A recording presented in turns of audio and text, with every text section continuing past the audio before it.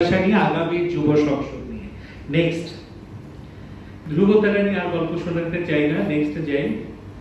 So একটা ছবিতে আমার মনে হয় মোটা দাগে আমাদের গল্প পাওয়া যায়।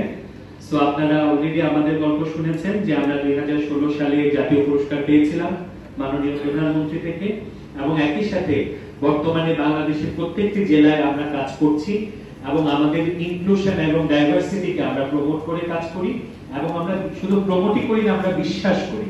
সুতরাং সেই মূল্যবোধের জায়গা থেকে মুক্তিযুদ্ধের চেতনা সমাজ করতে আমরা চেষ্টা করছি নতুন প্রজন্মকে আলোকিত সুন্দর মানুষ হিসেবে গড়ে তুলতে। নেক্সটে যাই। সো ইউথ পার্লামেন্ট নিয়ে একবারে চলে যান, আপনি শেষ করে ফেলেন। সো ধ্রুবতারের ইউথ পার্লামেন্ট সম্পর্কে আপনারা অলরেডি শুনলেন।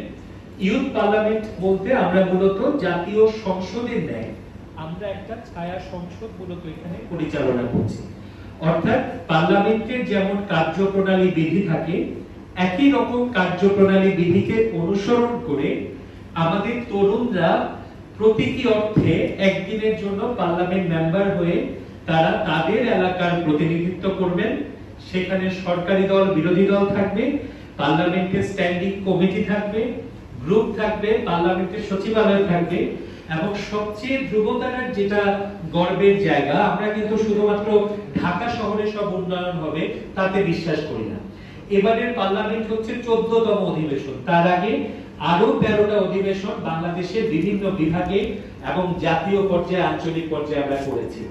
এবং এবছর আমরা করতে যাচ্ছি আগামী 1 জুন শনিবারে।